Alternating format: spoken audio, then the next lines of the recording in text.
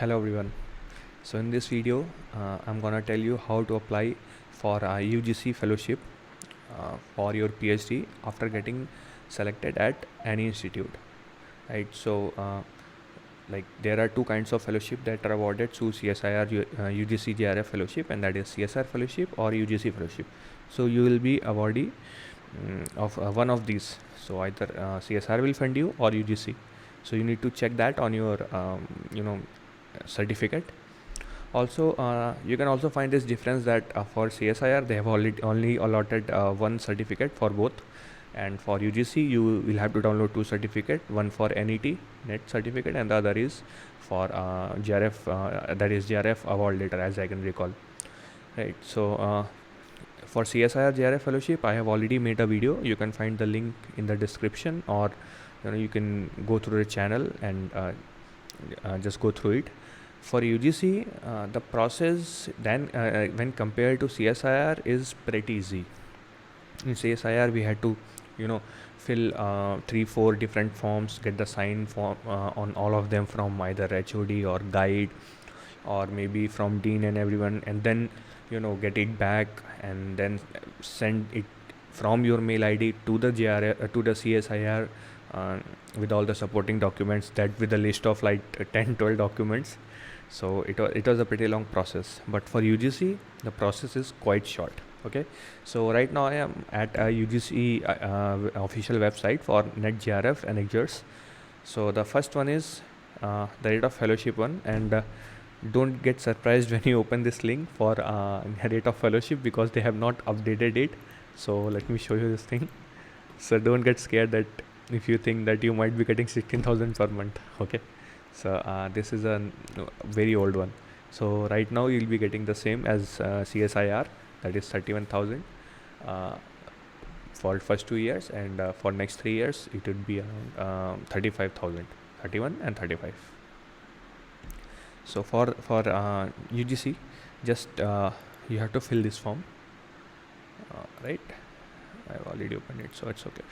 So you have to fill this form, that's it. Okay, so this is called Annexure 2 form.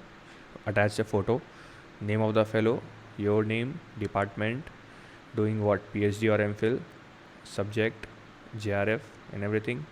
Forenoon, afternoon, belongs to your category, his or her date of registration, the date when you joined the institute. You will be getting this registration date from the institute, of course, and he shall be provided XYZ, jo bhi, whatever it's there, right? So now here's the thing, this is only one form, but you have to do a lot of for this. Your sign, phone number, mobile number, email, bank, FSC code, Aadhaar, these things for you. Then signature, the name, date of guide with seal. Okay, sign name, date for HOD, and sign name, date for registrar or director or principal or whoever is there. Okay, and bank account number of university institution, FSC code. I don't think that's needed, but I am a CSR fellow, so I just have a discussion with all of my friends, but as I can recall it is not needed, this part. Maybe the institute will write, just discuss with the cell, because they also remember that if you face any kind of doubt or confusion, then you can directly contact the fellowship cell at an institute, because in every institute there will be a separate cell for CSIR GRF or UGC GRF, external funded fellows. So they will be taking care. Okay, so after getting sign and seal from all four, okay, so just you need to send it to the academic office, or whatever the name of the cell is at your place. But it's best to send to academic office, or you can have a discussion with them whom to send. Okay, there's another form for annexure A. Okay, so you just have to fill, just tick yes or not, yes or no, okay, and this has to be verified by HOD and registrar.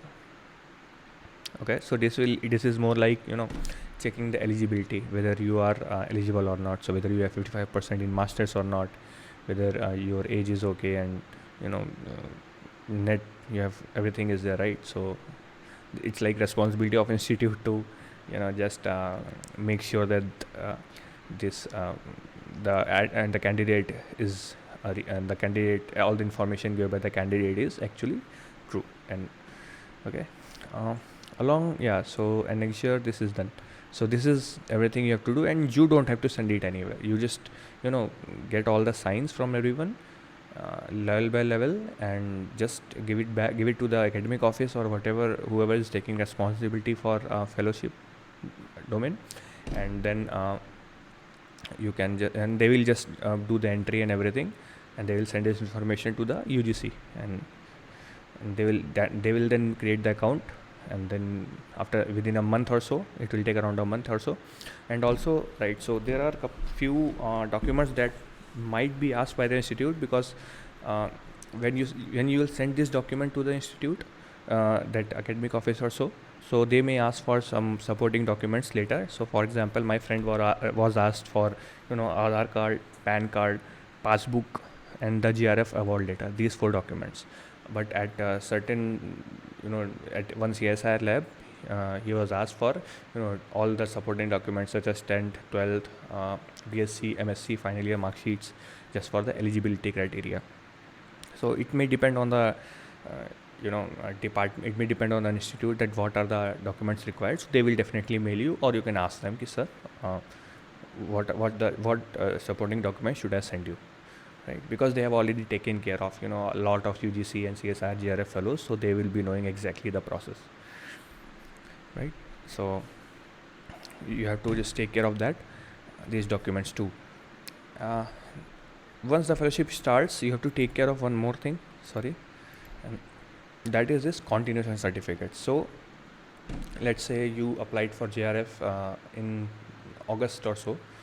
So you have to talk to the institute and ask whether you need to sign the let's say you got admitted in August and you have started applying from September. So after applying for this Annexure 1 through Annexure 2, pardon.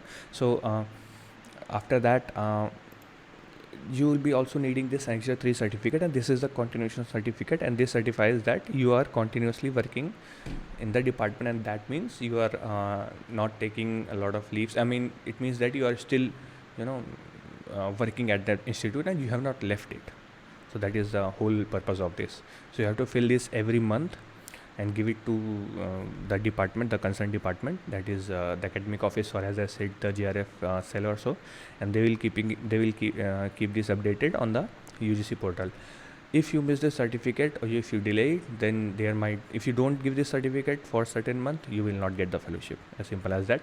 I mean, like, if you get late in giving, then your fellowship will be late.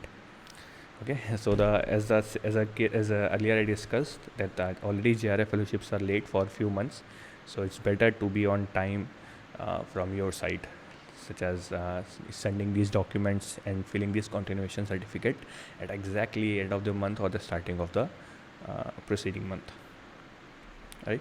So the process is pretty simple. Just one document you need for joining and everything, and right, this document, fill it, give it to the institute, and they will just take care of this and just get you enrolled. And from then you have to just fill this continuation certificate every month, get all these seals, sign and seal, and there will be definitely a set of there will be definitely a hierarchical thing at your institute, that how this will proceed. So it's not like you have to take the document and go every place. So I think they will take care of that. Okay, so this is it from on this topic, and I hope this was helpful to you. Okay, so see you soon. Goodbye.